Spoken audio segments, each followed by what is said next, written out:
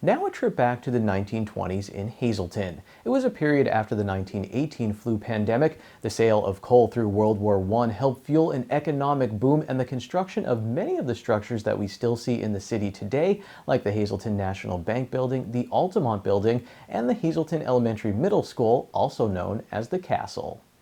Welcome everyone. I'm getting a little stir crazy. I've been in the home office here for a week now, 2 weeks. I don't even know how long it's been. So I need a little break. I need a little trip. So my good friend Charles McElwee is here from the Greater Hazleton Historical Society and Museum. He's also an editor at the City Journal. We're going to take a little trip back to the 1920s in Hazleton. Let me pause my music here, Charles. So 1920s in Hazleton. I told you I just finished watching Boardwalk Empire not too long ago, a little bit about Prohibition. I mean, how much was Hazleton like that? I mean, are we talking about the Roaring 20s? I mean, flappers, and it was Prohibition, I guess, then. What was Hazleton like?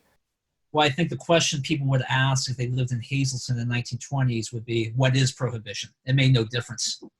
It was just a party. And this is based on oral history. I don't know if it's true or not, but the source is pretty reliable.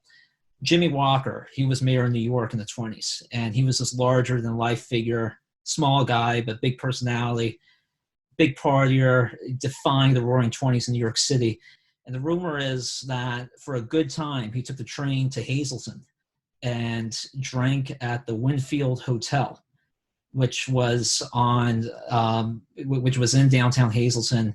Of course, it's gone now. But when I talk to people, a lot of these people are gone, almost all of them.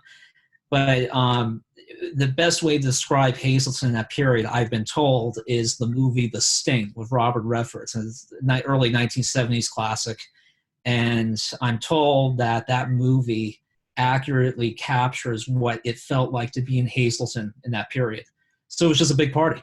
And there had to be great entertainment. I mean, I'm sure there were some theaters or places, I guess, downtown to go back then and see some of this, some of the acts, some of the things coming in. Exactly. So the Capitol Theater, which was considered Hazleton's most beautiful theater, and we had many theaters, that was built on Pardee Square, right where the house was.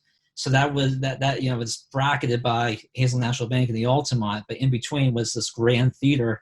And we did have a Grand Theater. The Grand Theater was on Broad Street, of course, and the Feely, which was not only a place to watch talkies, as they were called, but to watch boxing matches. There were plenty of boxing matches. Cinderella Man, Braddock, right? Braddock was a commencement speaker at St. Gabriel's High School.